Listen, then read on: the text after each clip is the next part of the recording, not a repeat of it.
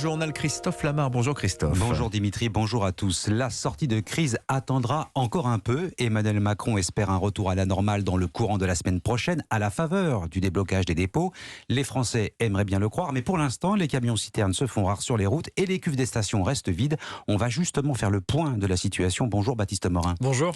Est-ce que la proportion de stations en rupture de stock est la même qu'hier? Autrement dit, est-ce que les choses évoluent? Non, la situation reste à peu de choses près la même qu'hier. 31% des stations-service sont toujours en difficulté en France.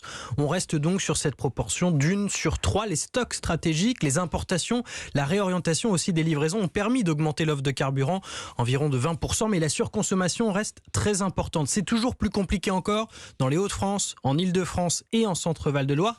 Et puis si l'on regarde la carte de France ce matin, on observe aussi des difficultés autour de Clermont-Ferrand. Pour les négociations, elles sont au point mort. La première discussion entre la CGT et Total Énergie hier n'a rien donné. Total proposait que la grève se concentre sur les raffineries et qu'elle soit levée sur les dépôts pour ouvrir les négociations salariales. Refus catégorique de la CGT et le conflit est aussi entré dans une nouvelle phase hier avec l'annonce par Philippe Martinez du dépôt d'un référé pour s'opposer aux réquisitions ordonnées par l'État.